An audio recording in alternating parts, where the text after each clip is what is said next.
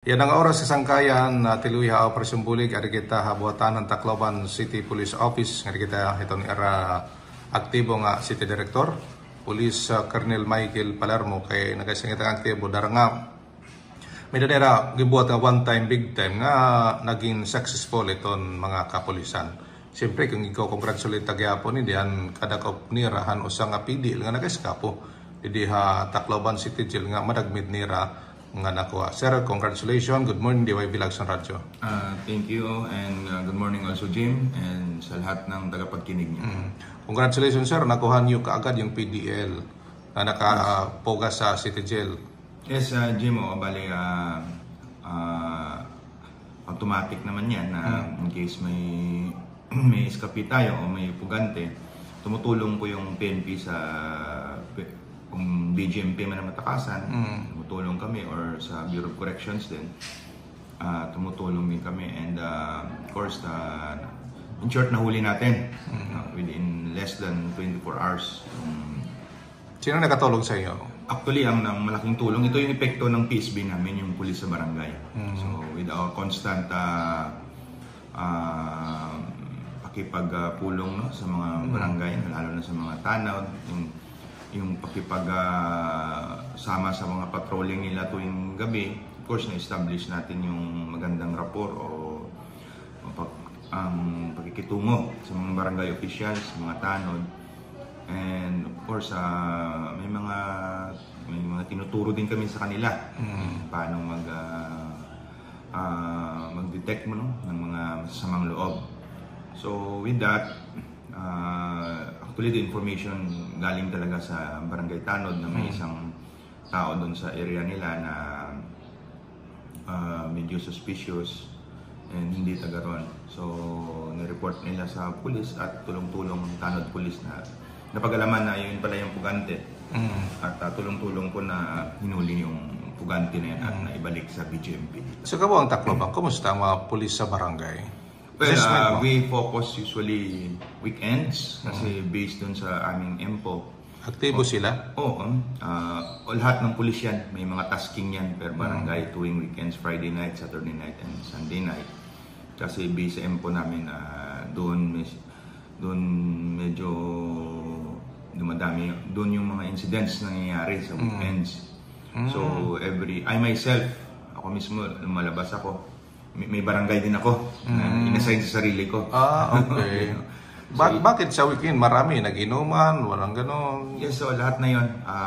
Ang purpose nun is crime prevention para mabawasan natin yung krimen. So dalawa na naman ang focus ng trabaho ng police, crime prevention and crime solution. So hindi naman lahat ng krimen ma-prevent namin, pero doon sa crime solution, doon nag-effort talaga kami na ma-solve or ma-clear yung kaso in case na may incident na mangyayari. Nakita ko nag-courtesy call ka sa kay Senior Superintendent Bernardo Sanchez sa BGMP. Ano yun? Bali, gusto niyo sanang pumunta rito. Sabi ko, ako na lang pupunta din, sir. Kasi gusto niya magpasalamat din. So, siyempre, RD yun. Kakaya naman na siya pumunta ako nang pumunta doon. So, and yun nga, nagpasalamat din siya. And nag-usap-usap din kami about sa trabaho. And of course, napag-usapan din namin yung recognition doon sa police at mga barangay tanod na kabigyan din nila ng award doon. So sabi ko, mas maganda yan sir. One of these days, you will be sending a letter sa akin dito para doon namin sasagutin yung sulat kung sino yung involved doon sa pagkahuli ng pugante at according sa kanya, baka bigyan nila ng recognition din doon sa office nila, doon sa regional office nila para naman ma-moral yung police tsaka yung mga tanod. Kasi na-interview ko si Director, inasalamatan kanya kasi aktibo daw yung kapulisan mo. Yes, so, yun na nga. Nahuli namin and of course yung effort namin sa PSB o police sa barangay, yun din ang malaking tulong. In fact, lahat ng police doon pina-activate ko. Kasi problema din ng pulis yun pag nasa labas yung taong yun kasi pabalik-balik na rin sa kulungan yun. Ang latest na kaso is motor napping. So, siyempre, puganti yun, nagtatago, walang pera yun. Sigurado ko magnanakaw ulit yun in order to survive para makabili ng pagkain niya or na habang nagtatago siya. So, exerted effort din para hindi na rin makagawa ng krimen yan. Paano kayo nalaman nyo yung insidente? Nag-report sila? Yes, ano yan sila sa amin, inform. And yun nga, so once may mga, hindi lang naman ngayon nangyari yun may mga previous incidents din na tumulong din kami at nahuli din ng kapulisan natin. Ayun, oo. Binalik sa kanila sir yung custody? Oo, sa kanila yan. Sila na yung mag-file ng kaso doon. May mga, I don't know, may mga administrative charges din doon sa mga duty doon. Ayun, okay. Yung one-time victim naman, sir, dami yung nahuli nyo. Sakleo. Ano bang ibig sabihin sa sakleo? Anong ginagawa ng mga pulis? Pag sinabing sakleo on that day, yung ibig sabihin ng sakleo, simultaneous anti-criminality law enforcement operation. So, simultaneous, sabay-sabay lahat yan. Laban sa lahat yun, pwedeng. But, ang usually na nahuli namin, illegal drugs at wanted person. And, madaling araw pa lang ng Thursday o nung 26, kasi yun ang date ng sakleo namin. Lahat ng stations naka-score agad sa illegal drugs, pati yung CDO natin, which is CDO yung pinakamalaking nakuha, na more or less mga 150 grams diyan sa may utak ko. And we have also wanted persons na nakuha, other wanted persons. So, region-wide yan siya. So, yun, obligado kami. So, before that date, talagang may mga surveillance activities na ginagawa ang kapulisan para pag tumbok ng araw ng sakleo, mahuli sila. Dami sir, yung nakita ko sa report, lang ba yun, 6 mo, ano? Yes, sa drugs pa lang 4 na eh. So, may high value din, may street level. Yes, sinasabi, ano bang masasabi niyo sir? Kasi marami nahuhuli niyo, talamak ba ang illegal na droga sa Tacloban? Ano bang status sir? Kasi marami nahuhuli niyo. Nagtatrabaho na ang pulis kaya marami nahuhuli. Yun ang is talagang nagtatrabaho ang pulis kasi ang droga namang anywhere in the country. Meron. Hindi lang sa bansa. So, dahil nga sa sakleo, talagang kailangan may ma-accomplish kami.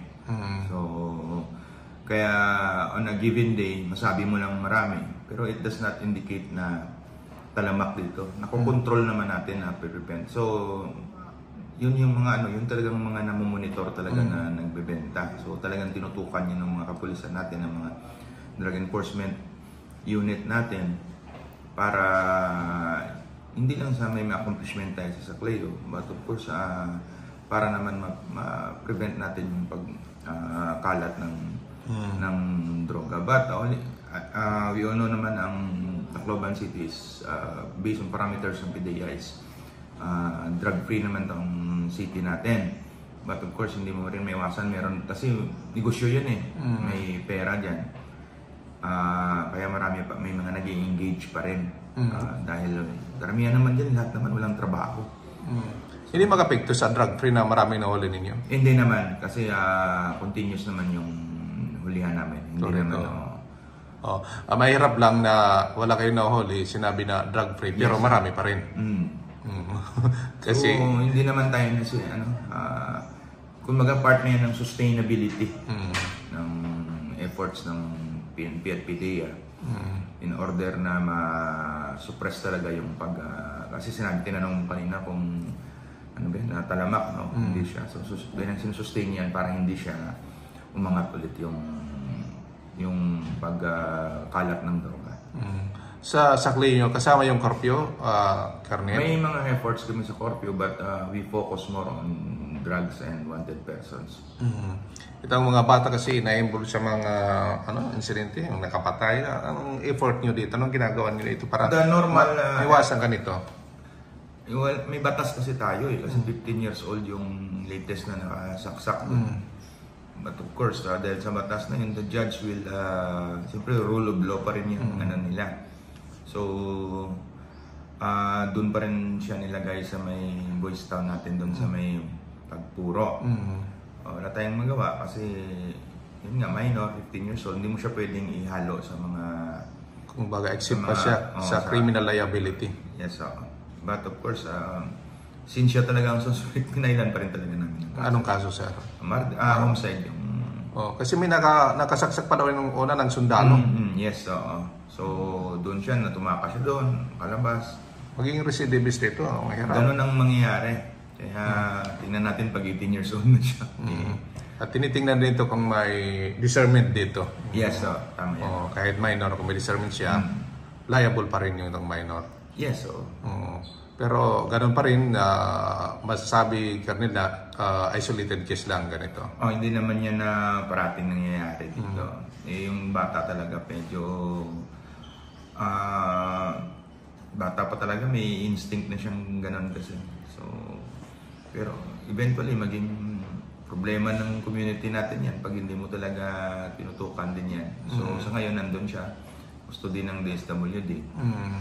Dahil yun nga, minor siya. Dapat din yung mga parents dito. Wala na tayong masyadong though may mga efforts kami na kinakausap yung mga parents, pero hanggang dun lang kami. So, depende pa rin yan dun kung kasi nung na-interview yung parents, matagal na palang di umuwi yung bata sa kanila. Ayan, okay. Colonel, thank you. Mensahe mo, mga taga-Tacloban. Okay, marami na naman tayong activities na mangyayari ngayong October.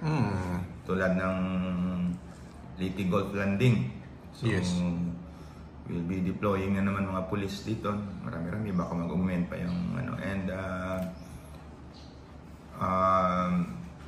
yung tawag nito, yung filing ng COC. Next week. October 1 yun. 1 to 8. So, meron na rin kaming, in fact, after... Kumusta ang preparation, sir? Ayun nga, in fact, after this interview, may meeting kami with other agencies para pag-usapan namin yung mga security preparations as early as until sa election na yan. So, dadaming police. So,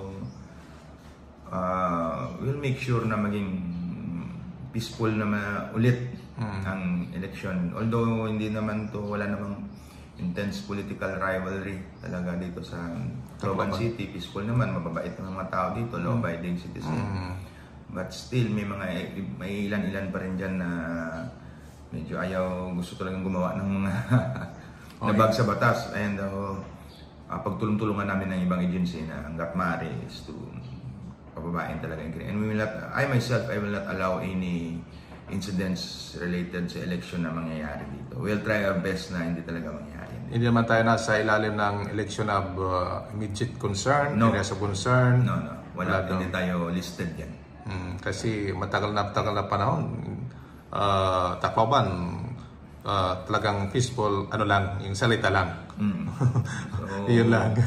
So, walang krimen na ginagawa. Hopefully mapatuloy. Kung salita lang, okay lang yun.